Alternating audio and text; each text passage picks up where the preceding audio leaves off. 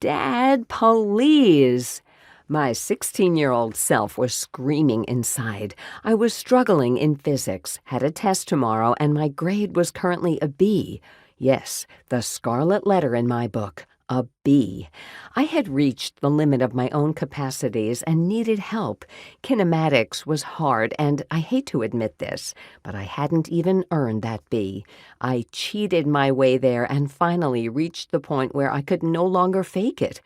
I was in dire straits. After all, my GPA was at stake, aka my whole future, and I needed help. In comes Dad. Now, let me provide some context first. My dad isn't normal. He's an actual genius, an engineer, more accurately, an inventor, who's won many awards for what comes out of his mind.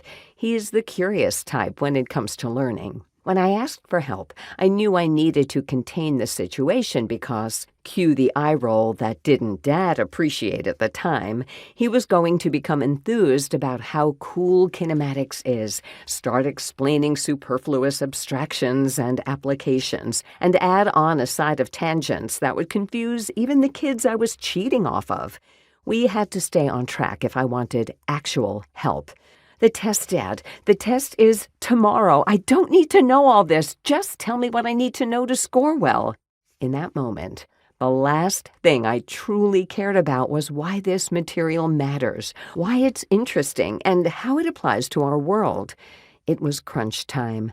To be completely honest, even if my transcripts weren't on the verge of becoming a complete dumpster fire, I did tend to catastrophize back then, I found myself utterly indifferent toward the subject matter. I knew I was never going to use this stuff again in my life. I was only taking the class to fulfill college prerequisites.